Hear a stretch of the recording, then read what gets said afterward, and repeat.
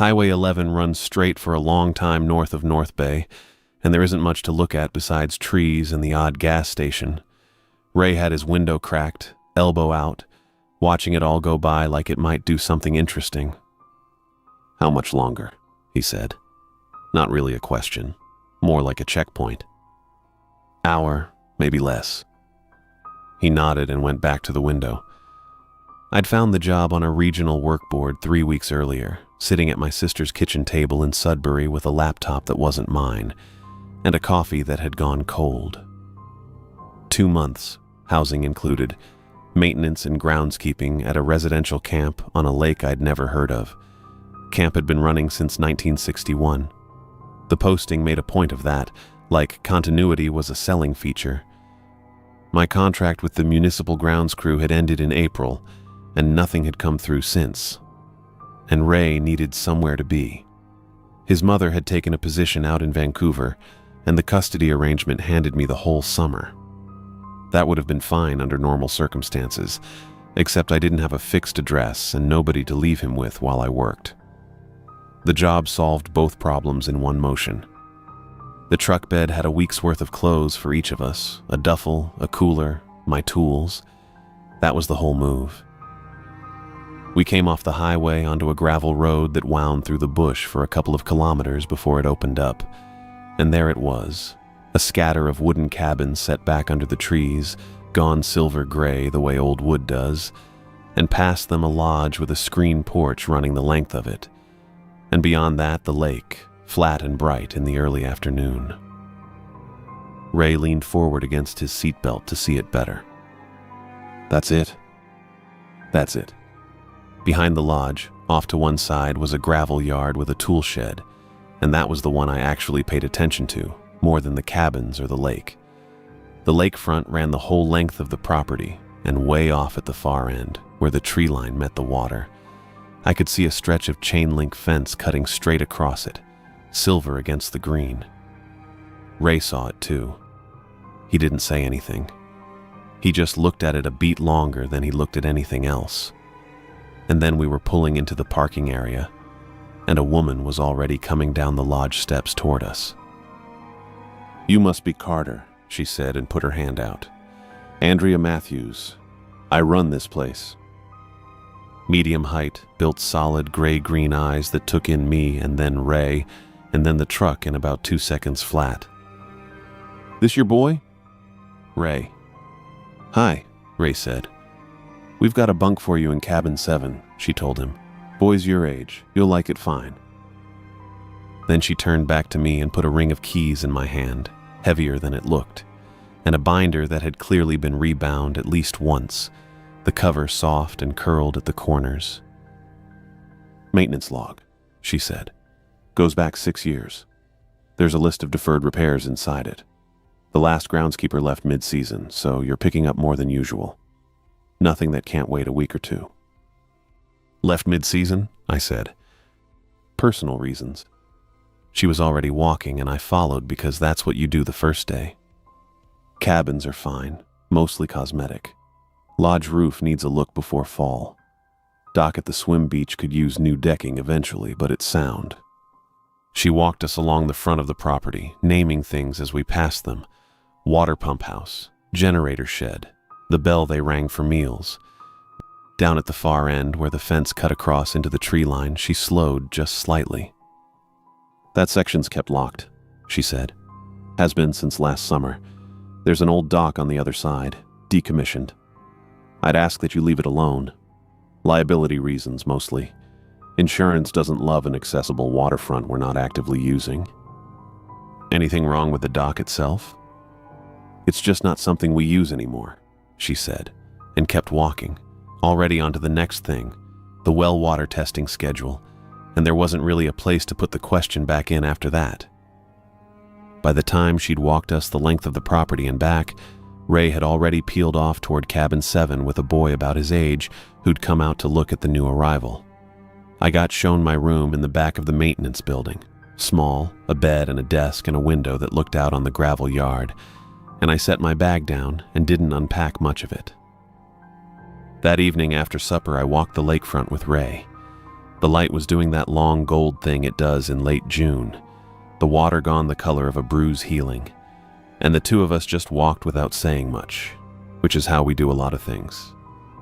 We got down near the north end and he stopped. "What's on the other side of it?" he said, looking at the fence. "Old dock, not in use." "Why's it locked, though?" "Fence is there for safety reasons," I told him. "Boards are probably rotted out by now. Somebody could go through them." He looked at it a second longer, and then he nodded and turned back toward the cabins, hands in his jacket pockets, and didn't ask anything else. He glanced at the fence one more time before he went, though. Ray turned back toward Cabin 7, and I stood at the lakefront a while longer, the locked fence at the north end of the property still visible in the evening light behind him. The hinge on the storage shed door had corroded down past the point where a person could tell what color it used to be. I'd stripped it to bare metal with a wire brush the night before and left it soaking in penetrating oil, and now I was down on one knee with a screwdriver, working the new one into place while the door hung crooked off the frame, dragging a scrape into the gravel every time the wind caught it. That was where I was when Ray came running. He wasn't jogging. He was running like something was chasing him, except nothing was, and he came up the path from the direction of the north fence with his jacket half off one shoulder. "Dad, slow down." He stopped in front of me, breathing hard, and looked at the hinge in my hand like he was deciding whether it could wait. "A kid from Cabin 4 told me something." "Yeah?" "About the fence, about the dock." I set the screwdriver down on the step. "There was a counselor," Ray said. "Last summer. His name was Finn Stevens. He drowned there, July 14th, and they never got him out of the water." He said it flat, like he was reading off a label. "Is that true?" "I don't know," I told him. "I honestly don't know." He looked at me a second longer, deciding whether the answer was a real one or just something an adult says to end a conversation. Then he nodded and went back toward the cabins, and I picked the screwdriver back up. I worked that hinge for another hour and got the door hanging square again, and the whole time the name sat there in my head without going anywhere. Finn Stevens. I didn't have a face to put to it.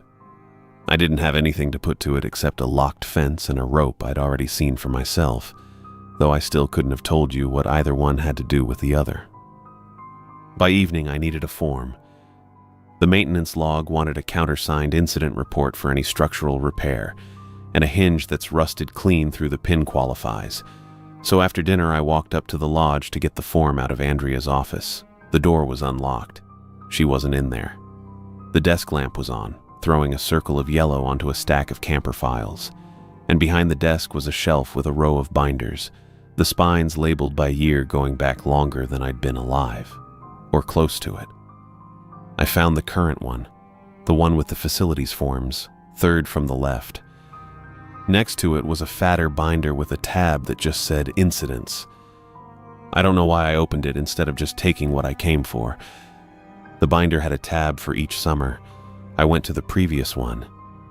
The first entry was dated July 14th. It was typed and formal, written in the flat tone of someone trying not to feel anything. Stevens, Finn, junior counselor, found unresponsive, face down, at the North Dock, approximately 11 p.m., located by a senior counselor conducting a check after Stevens failed to appear for evening head count. I read it once, and then I read it again, slower.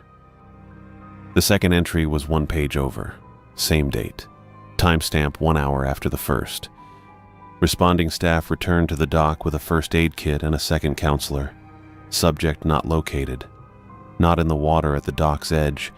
Not on the dock boards. Not on the shore. 2 words near the bottom, underlined once. Not recovered. Coroner's inquiry closed the following month. Cause of death, drowning. Body, unrecovered. I sat there with the binder open on my knee and read both entries a third time, side by side, my thumb holding the page. 11 o'clock, found. Midnight, gone. Both of those were in the camp's own file, typed by somebody who worked here, filed by somebody who ran this place, and nobody had crossed either one out. I closed the binder and set it back on the shelf exactly where it had been, spine flush with the others, and I took the facilities form out from behind it and folded it once and put it in my shirt pocket. I turned off the desk lamp on my way out because it had been on when I got there and I figured it should be off when Andrea got back. I walked back to the maintenance building in the dark without stopping at cabin 7, and I didn't tell Ray any of it. I sat down at the table with the form in front of me, and Finn Stevens sat down across from that, if a name can do that, along with the hour between when he was there and when he wasn't, and I did not sleep for a long time. I got up before the bell. The camp was quiet the way it is before anybody's fed, gray light coming off the lake, a couple of gulls working the shoreline. I walked the fence line on the campside, the way I told myself I'd only look, and I stopped where the chain link met the trees and I looked through it at the dock for the first time up close. It didn't look like anything. The boards were gray, weathered the way wood gets on a lake after enough winters, but they weren't rotted. Nothing was sagging. The cleats were bolted down clean, no rust bleeding out around the heads. I looked for the thing that would explain the fence, a broken board, a collapsed piling, something a lawyer could point at, and there wasn't one. Then I saw the rope. It was tied off on the near cleat, a plain length of what looked like half-inch polyline, and it ran straight down off the edge of the dock into the water. No float, no buoy, no marker, nothing bobbing to say where the other end went. Just rope, taut, going down into black water and disappearing. I took my phone out and held it up to the chain link and took the picture through the diamond gaps in the fence, twice, so I'd have one that was in focus. Then I went and ate breakfast with the rest of the staff like a normal morning had happened. I didn't get Andrea alone until lunch. She was at the head of the staff table with a clipboard she wasn't really reading, and I set my phone down next to her tray with the photo already up. "There's a rope on the dock cleat," I said, "the one behind the fence." She looked at it for about a second longer than it needed. "That's a depth marker," she said. "Search and rescue left it there, from last summer's recovery effort." She said it easy, like she'd had the sentence ready for a while. "The recovery effort was 11 months ago," I said. "I'm aware of when it was. Rope like that doesn't usually last a winter in that water. The rope isn't a problem." She said it flat, the way you'd close a drawer. "The fence is there for liability reasons. I'd appreciate it if you'd get started on the repairs list. There's a soffit on cabin 3 that's been open since May." That was it. She picked the clipboard back up and looked at whatever was on it. I ate the rest of my lunch without saying much else. After, I went back down to the fence because I wanted another look at that rope in daylight, wanted to see how it was tied, whether it looked new or old. The cleat was empty. No rope, no frayed end, no cut mark, nothing looped around the metal. I stood there and looked at the water off the end of the dock, and it was flat. No ripple working out from where a rope might have been pulled or dropped. Nothing to say it had ever been there at all except the photo sitting on my phone in my back pocket. I stayed at the fence a long time. I don't know what I was waiting for. For the water to do something, maybe. For the rope to come back the way it had left, without a person doing it. Nothing moved out there. A loon called somewhere down the shore, and that was the only sound on the whole lake. Eventually, I went back to the maintenance yard, because there wasn't a version of going to Andrea again that had anything in it. I didn't have a question that wouldn't just get me the same 3 sentences back. The rope isn't a problem. The fence is there for liability reasons. I'd appreciate it. I could hear her saying it before I even got the words together in my head, and there wasn't a way through that. Not yet. Not with what I had. So I worked.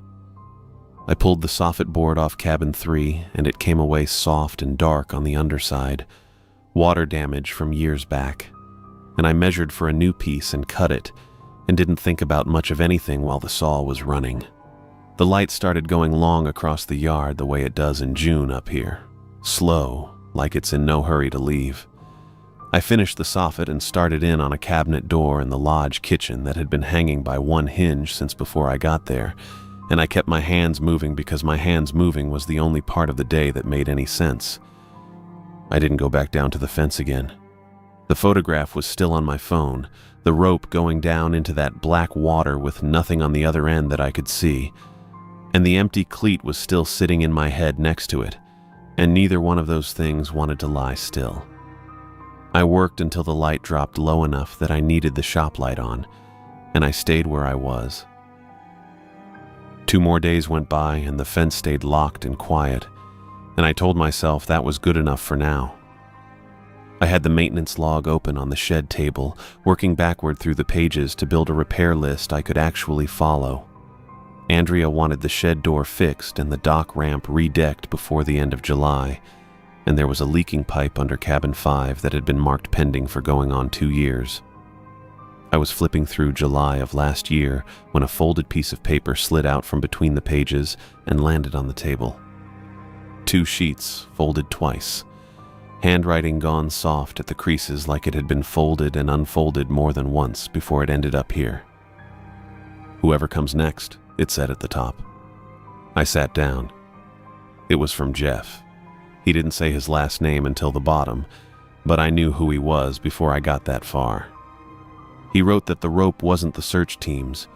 He wrote that he tied it there himself, the morning after Finn Stevens went into the lake and didn't come back out of it. He said he'd seen something the night before, from the shed near the north fence, after midnight, when nobody else was awake to see it with him. He said it came up slow, broad and pale, moving in the water like something that didn't need to hurry. He said it wasn't a fish. He said there wasn't anything in a lake in northern Ontario that got that big, and he'd lived up here his whole life, and he knew what belonged in the water and what didn't. So he tied the rope to the cleat the next morning, to see if it would take it. It went taut inside a day, held for 6 days after that, then it went slack, and he didn't know what had held it, and he didn't know why it let go, and he wrote that part the same way he wrote everything else in the note, flat, no hedging, like a man reading off a gauge. He told Andrea a story about liability to get the fence locked. She believed him. She'd been repeating it ever since, without knowing where it came from. "I left in June," he wrote. "It's July now where you are. I'm sorry." I read it twice at the table. Then I read it a 3rd time, slower. And it was that one line that wouldn't sit still in my head. "It's July now where you are." Like he'd known exactly how long it would take somebody to find this. I don't know how long I sat there with it flat on the table in front of me. "What's that?" Ray was in the doorway. Same voice from the morning he'd come running from the fence, careful, like he already suspected the answer wasn't going to be the whole answer. I folded the note along its old creases and put it in my shirt pocket. "Paperwork," I said. "From the last guy, handover stuff. Doesn't have anything to do with you." He looked at me for a second. Not accusing, just looking, the way he does when he's deciding whether to file something away or let it go. He didn't ask anything else. He turned and went back toward the cabins, sneakers loud on the gravel, hands in his pockets, and I stood in the doorway and watched him cross the yard with the note sitting against my chest. I didn't know what to do with that yet. I sat at the table in my room with the note in front of me and made a list on the back of a work order because I didn't have anything else to write on. The rope was Jeff's, not the search team's. Jeff had tied it there himself, 6 days it held, and something on the other end had let go of it, not the other way around. The shape was big enough to see from the dock at night with nothing but a flashlight. Finn Stevens had been found at 11 and gone by midnight, and both of those facts were written down in the camp's own binder by the camp's own staff. And Andrea didn't know any of it. Jeff's note made that plain enough.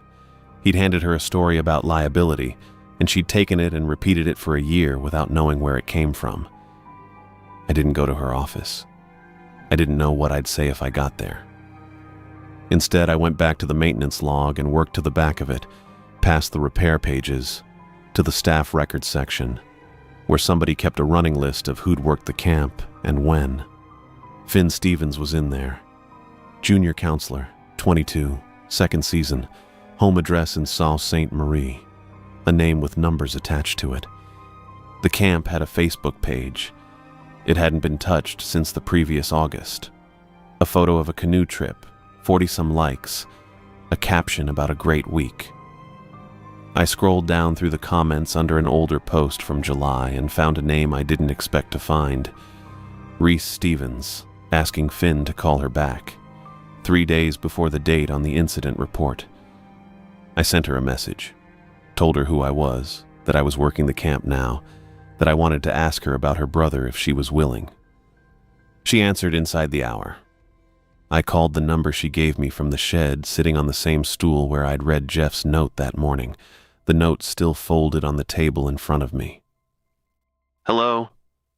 "Reese, it's Carter. I sent the message about Finn." "Yeah." A breath. "Thanks for calling." I told her I was sorry to bring it up, and she said it was fine, that people didn't bring it up enough. That was closer to the trouble. "In the last couple weeks," she said, "he started sending me pictures, at night, after the campers were down." "What kind of pictures?" "The dock, dark. You could barely make anything out, but there was something in the water, pale, at the surface, and his hand out over it, like he was holding something down to it." "Food," I said. "That's what I figured. I thought it was a fish. A big one. A sturgeon maybe, or a muskie. We used to catch muskie up around Manitoulin when we were kids. They get big, and I thought, that's Finn. That's exactly the kind of thing he'd get attached to." "You thought it was sweet?" "I did. I told him he was being weird, feeding some fish like a pet, and he laughed about it. I reported it to the people doing the investigation after. They wrote it down as distress, isolation, like he was lonely and made something up to talk to." I looked at the note on the table. Broad and pale and slow-moving, Jeff had written. Too large to be any fish that belongs in a lake like this one. "How big was it?" I said.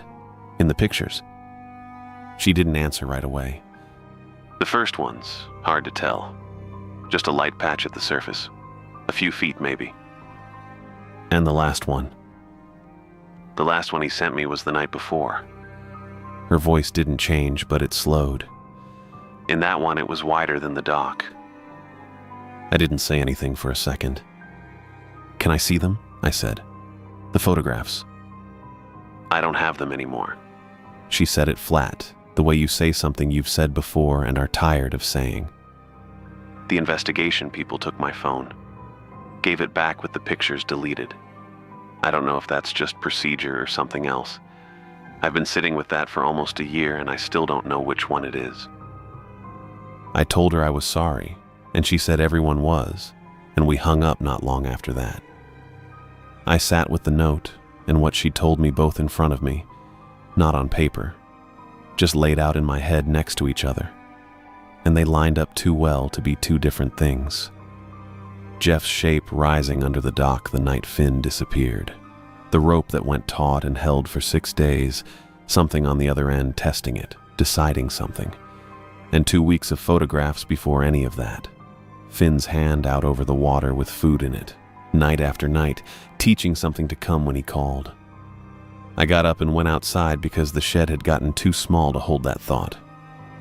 Dinner was starting down at the lodge, and I walked the long way to cabin 7 instead, and stood outside the screen door for a minute without going in. The boys were at the table playing cards, somebody's radio going low in the corner, and Ray was in among them, laughing at something, looking about as much like a regular kid at camp as I'd seen him look since we got here. A while later I came back and stood at the door again, just to look. Ray glanced up this time and caught me there. He didn't wave. He just looked at me for a second, the way he does, filing it, and went back to his cards. Not alarmed, just watching. I turned and walked back across the gravel toward the maintenance building, and by the time I got there, I wasn't turning any of it over anymore. 2 weeks of feeding, 2 weeks of a boy going out alone in the dark to sit at the edge of the water with something in his hand, and the thing in the lake learning his shape the way you'd learn a dog's before it ever took him under. I did the perimeter walk at 7 the next morning, the same as always, coffee in one hand, the other checking the padlock on the shed out of habit. The camp was quiet, the way it gets right before the breakfast bell. Mist still sitting low over the water, a couple of loons calling somewhere out past the swim area. I reached the north fence and stopped walking. A section of chain link had been pulled back from the waterside. Not cut clean. Torn, more like 3 feet wide, the edges bent outward toward the camp, away from the lake. I stood there a second with the coffee still in my hand and didn't drink it. Past the fence, the dock boards had wet marks on them, not footprints. Nothing with toes or claws or a stride I could measure. Just broad, irregular shapes, damp patches the size of dinner plates, running in a loose trail from the water's edge up to the fence line and through the gap. I didn't go through it. I stepped back instead, far enough that the fence was between me and the dock again, and I looked at the wet marks for a long moment, and then I turned around and ran. Cabin 7 was still asleep. Somebody was snoring, one of the counselors probably, and the room smelled like sunscreen and wet sneakers. Ray was in his bunk, on his back, one arm thrown over his face. I put a hand on his shoulder. "Ray, get up." He came awake fast. He looked at me and didn't ask anything yet. "Get your shoes." He got his shoes. I didn't explain it to him on the way out, and he didn't ask me to. I walked him across the gravel path toward cabin 2, which sits closer to the lodge, up near the flagpole, 30 meters or so nearer to the center of things than cabin 7 is. I told the counselor there I was moving him for a few nights, maintenance reasons, and the counselor just nodded, like that happened all the time. Halfway across the gravel, Ray spoke. "Is this about the fence?" "It's just a precaution," I said. "Maintenance issue down that end of the property." He didn't say anything for a few steps. Then he said it. Flat. No heat in it at all, just laying it out like a fact he'd noticed. "You keep saying things are fine and then moving me." I didn't have anything for that. I kept walking, and he kept walking beside me, and neither of us said anything else the rest of the way. I got him settled in the new bunk and told him I'd come find him before lunch, and then I went straight to the lodge. Andrea was already at her desk with the log open in front of her, going through the week's meal orders. I didn't sit down. "The fence is cut, north end, from the water side."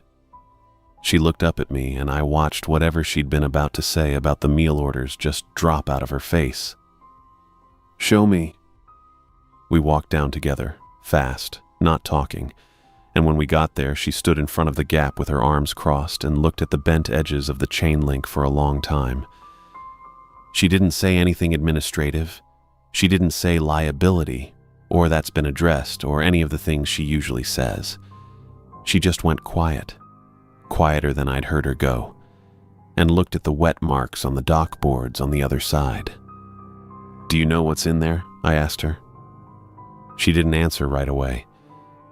"I know what Jeff thought was in there," she said finally. I waited. "Finn Stevens was afraid of the water," she said. "The last 2 weeks he was here, he kept finding reasons to miss the morning swim. Sick or busy, or he'd already showered, whatever it was that week. I noticed. I didn't ask him why." She was still looking at the fence when she said it. I told myself it was personal. Something with a girl. Something from home.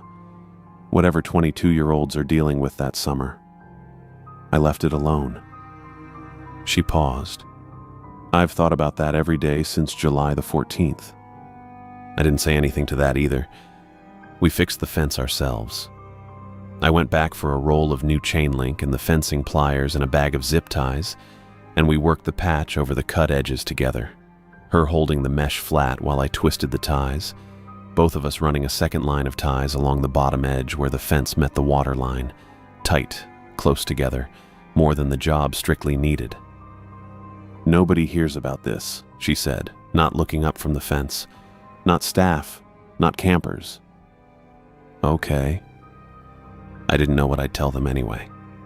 There wasn't a version of the truth that fit into a staff meeting. Neither of us said the other thing out loud, the thing that was sitting in both our heads the whole time we worked. Neither of us picked up a phone.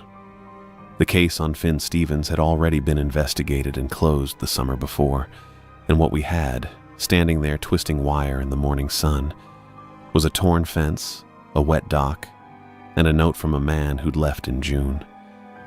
That's not something you call anyone about. When we finished, we stood there together looking at the new chain link stretched tight over the old cut, the ties standing up in little plastic rows along the bottom like teeth. Neither of us said anything more. Then we walked back toward the lodge, separately, her a few steps ahead of me the whole way, and neither one of us looked back at the fence again. I found the sensor in the supply stock behind a box of drywall screws, still in its plastic clamshell, the kind of thing you'd use to keep raccoons out of a garden.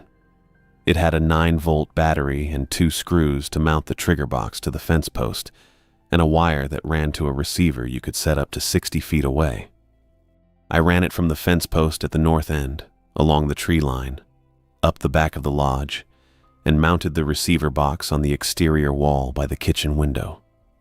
Any contact with the chain link, anything that made the fence move even a little, and it would sound in there. It took me most of the afternoon to get the wire run clean so nobody would trip on it. I tested it twice, shaking the post hard with both hands, and both times the alarm went off inside the lodge, a flat electronic beep that Andrea could hear from her office. She came out the second time to see what it was. "That's the sensor," I told her. "It's live now." She looked at the little box mounted under the eave, the light on it blinking green, steady. "All right," she said. She didn't ask me what I thought it would catch. She just nodded, the way you'd nod at a weather report, and went back inside. A liability fence doesn't need a motion sensor. She knew that as well as I did, and neither one of us said it. Before dinner, I walked over to cabin 2 and stood outside the screen door for a minute. Ray was at the table inside with 3 other boys, plates in front of them, somebody's mother's care package of cookies split up between them. He looked up and saw me standing there and gave me the same look he'd been giving me for 2 days now. Not scared, just watching, like he was keeping track of something. I didn't go in. I didn't have anything to say to him that wasn't going to sound like a lie, and he already had enough of those from me stacked up. I went back to the maintenance building and sat down at the table with the note in front of me. The camp went quiet the way it always did after lights out, the noise sanding down cabin by cabin until there was nothing left but the frogs down by the water and the hum of the fridge in the kitchen behind me. I read the note again. I'd read it enough times now that I didn't need the light on to know what it said, but I turned the lamp on anyway and read it straight through. I tied the rope to the dock cleat the following morning to see if the shape would surface and take it. I told Gail a liability story about the fence to get it locked. "I left in June. It's July now where you are. I'm sorry." The first time I read that line, I'd taken it as something close to poetry. A man marking time between when he wrote a thing and when somebody else would read it. Sitting there with the fence cut that morning still fresh in my head, it didn't read like poetry anymore. It read like a man who knew exactly what was coming and exactly when, the way you'd know a tide table, and had written the date down so whoever found the note wouldn't be able to say they weren't warned. "It's July now where you are." I looked at the window. Through it, I could see the lodge wall, pale under the yard light, and the little green indicator on the sensor box, still blinking. I checked my watch, 10:40. I thought about going to check on Ray one more time and decided against it. He was asleep. I didn't want him seeing me pacing. So I stayed where I was, at the table, with the note under my hand and the lamp throwing a small circle of light that didn't reach the corners of the room. 10:45. The frogs kept going. Somewhere out past the tree line, a loon called once, long and low, and nothing answered it. I watched the clock on my phone tick toward 11 o'clock. The alarm went at 11 exactly. It wasn't loud. It was a thin, flat buzz from the box I'd mounted on the lodge wall, the kind of sound that could have been a smoke detector with a dying battery. But I knew what it meant, and I was up out of the chair before it finished its first cycle, Jeff's note still lying open on the table under the lamp. I was at the north fence in under 2 minutes. I know because I checked my phone on the way. The chain link was exactly how I'd left it. New wire over the cut, zip ties along the bottom edge, all of it undisturbed. I ran my hand along it anyway, feeling for give, and there wasn't any. The sensor box was mounted low on the post, and its little light was blinking red, steady, not the pattern for a fence strike. I crouched and looked at it. The contact was reading from the dock side, not the campside. Something had moved out there, on the boards, after the alarm already went. I stood at the gate with the key in my hand for a long time. Long enough that the frogs kept going the whole while, and a bat came low over the water and went again. And I thought about Ray asleep 200 meters behind me. And I thought about nothing at all, really. Just stood there with the key against my palm and the gate in front of me and the dock beyond it, dark and flat and quiet. Then I put the key in the lock and turned it. The gate swung inward on its own weight. I stepped through onto the dock side of the fence for the first time since I'd arrived, and the boards under my boots were the same weathered gray I'd seen through the chain link that first morning, and they didn't creak, and they were dry.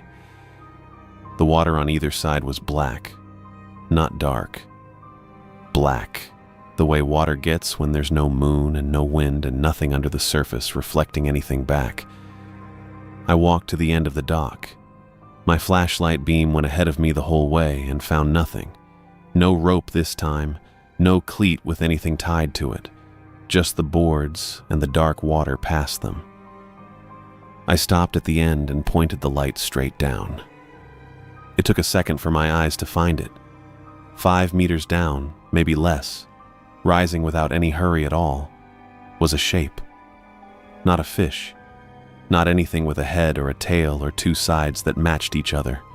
A mass, pale, the color of the underside of something that's never seen light, roughly round, wide as a car is long, and around its edges a slow rippling, sections of it contracting and letting go, independent of each other, like it was breathing through its whole body instead of just one place. The flashlight beam hit it and didn't go through. It just spread out across the surface of the thing, the way light spreads on a wall instead of glass. I didn't move. I don't know why. I should have run right then. It kept rising and the water didn't do anything. No wave, no sound. It broke the surface 2 meters off the end of the dock, as quiet as a held breath being let out slow, and I stood there with the light on it, and my heart going so hard I could feel it in my jaw. And there, in the middle of it, flush with the top of the mass like he'd been laid into it and it had healed shut around him, was Finn Stevens. Face up, eyes open. His skin didn't look 11 months dead. It didn't look dead at all. No gray to it, no marks. Nothing wrong that I could see except that his arms went out from his shoulders and disappeared into the pale tissue up to the elbow on both sides, and his chest was moving. Small movements. Regular, in and out. He was looking right at me. "It keeps you," he said. Quiet, no fear in it, no relief either. The whole mass turned then, slow, the way a boat turns when nobody's steering it, just drifting round on some current I couldn't see, and his eyes stayed on me the entire time it moved.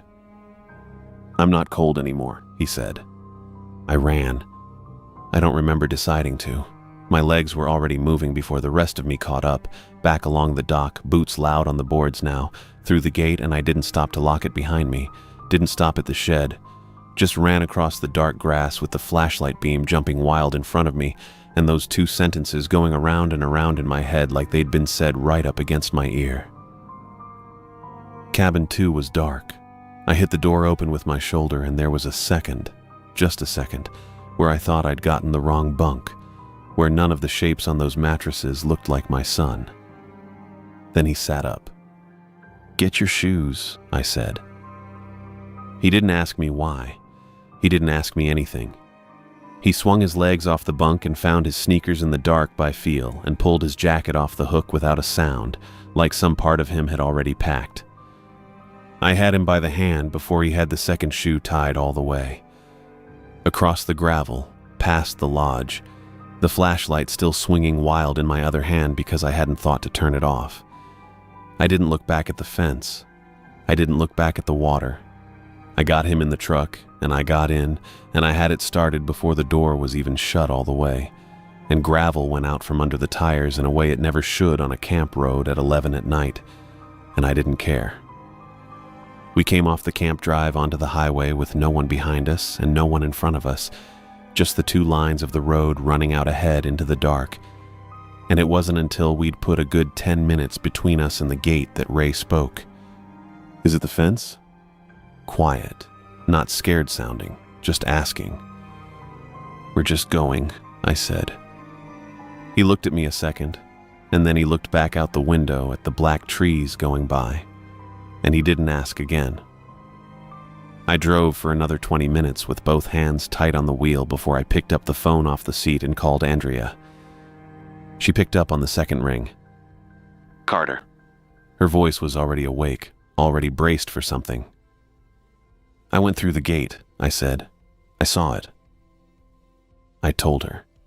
I don't know how I managed to say it in order, but I did. The water going still and then not still.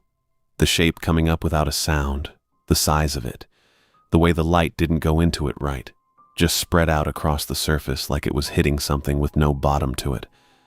I told her what was in the middle of it. I told her his skin was fine, his eyes were open, his chest was moving like he was only asleep. I told her what he said to me. Both things, word for word. Andrea didn't say anything. I looked at the phone to see if the call had dropped. It hadn't. The seconds kept ticking up, top, 40, 45, past a minute, and I could hear her breathing on the other end. Slow, like she was holding onto the desk or the wall or whatever was closest. Then she said, "Is Ray with you?" "Yes." "Good." A breath. "Don't come back." She didn't ask me to call the police. She didn't tell me what she was going to do, if she was going to do anything, if there was anything left to do. She just said it again, quieter the second time. "Don't come back." And then the line went dead. I set the phone on the seat between us. Ray was watching me. "Who was that?" he said. "Andrea." He didn't ask what she said. He turned back to the window and put his forehead near the glass, and after a while his breathing changed, and I knew he'd gone to sleep sitting up, like it cost him nothing. The road ran south under the headlights, mile after mile of it. Black trees and the white line and nothing coming the other way. I kept checking the mirror out of habit. There was nothing behind us. There was never anything behind us. That didn't make it easier to stop checking. Grayling showed up around midnight, a gas station lit up too bright for the hour, a strip of buildings, a motel sign buzzing at the edge of the highway with half its letters dark. I pulled in and left the truck running while I went into the office, and the kid behind the counter barely looked up from his phone when I asked for 2 rooms. I carried Ray in. He didn't wake all the way, just enough to walk himself the last few feet and fall onto the bed with his shoes still on. I got them off him. I got the blanket over him. He was asleep again before I had the door shut between our 2 rooms. My room had a lamp with a shade gone yellow with age, and a chain lock that looked like it had been painted over more than once. I turned the lamp on. I put the chain across. I sat down on the edge of the bed and I didn't lie back. The room smelled like carpet cleaner and cigarettes from 20 years before the no smoking signs went up. Somewhere outside, a transport truck went by on the highway, slow at first, and then gone. And after that, it was just the hum of the lamp and the sound of Ray breathing through the thin wall between us. I sat there with my hands on my knees and the window across from me going from black to something less than black. And I did not close my eyes, not once, waiting for the first gray of it to come up over the trees on the other side of the glass.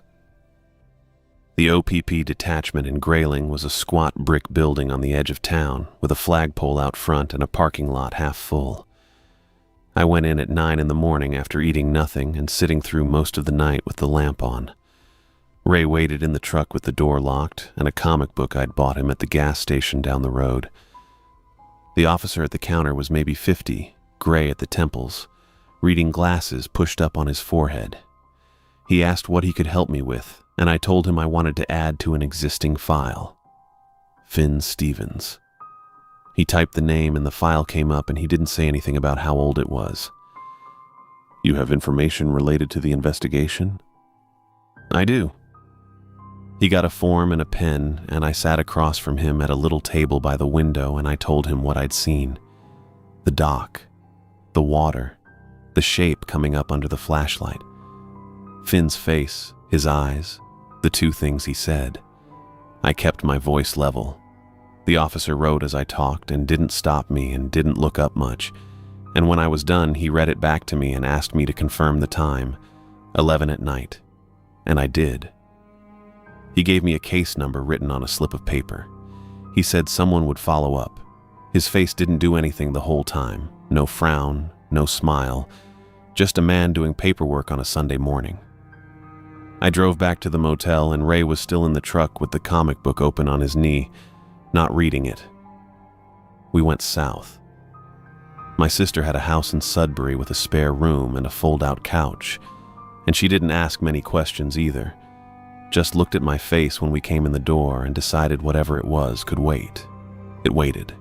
It's still waiting, some of it. The letter came 3 weeks later.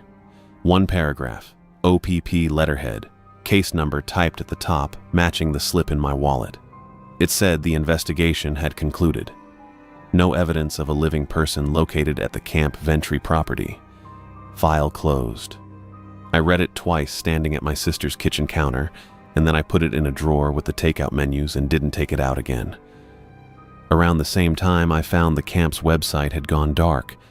A single notice up on the front page, camp closed for the remainder of the season due to a maintenance issue, dated 2 days after we left. Maintenance issue.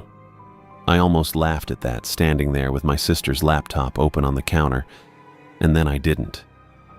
My last paycheck showed up in the mail after that, a plain check in a plain envelope, and in the memo line, in handwriting I didn't recognize, somebody had written, "Thank you for your service." I looked at that for a long time. I never figured out if it was Andrea's hand or somebody else's. I cashed it anyway. We needed it. Ray didn't ask. Not on the drive, not in my sister's spare room those first nights when I heard him turning over on the fold-out and not sleeping. Not when September came and he started at a new school in a city he didn't know. New kids, new halls, a locker combination he had to write on his hand the first week. He went through all of it without once bringing up the fence or the dock or why we left in the truck at midnight with his shoes half on. Then on a Sunday in late August, before school started, we were at the kitchen table having lunch, just the two of us, my sister out somewhere with her own kids, and Ray had a sandwich in front of him he wasn't eating fast, and he said, not looking up, "Is the thing in the water still there?" I put my fork down. "I don't know," I said. "I honestly don't know." He nodded. Just that. One nod, not fast, not slow. He picked his sandwich back up and ate the rest of it. He didn't ask again that day. He hasn't asked since. I sat there across from him with my own food going cold, and I watched him eat, and I thought about the letter in the drawer with the menus, and the fence I never went back to lock, and the empty cleat, and Jeff's 2 pages folded up somewhere in a box in the truck bed. I still don't know what came up out of that water, or why it wore Finn Stevens' face when it did, or whether it is still down there tied to nothing, waiting on nobody, in a lake I will never see again. I said it to my son at a kitchen table on a Sunday in August, and he nodded, and that was the end of it, as much of an end as either of us is going to get.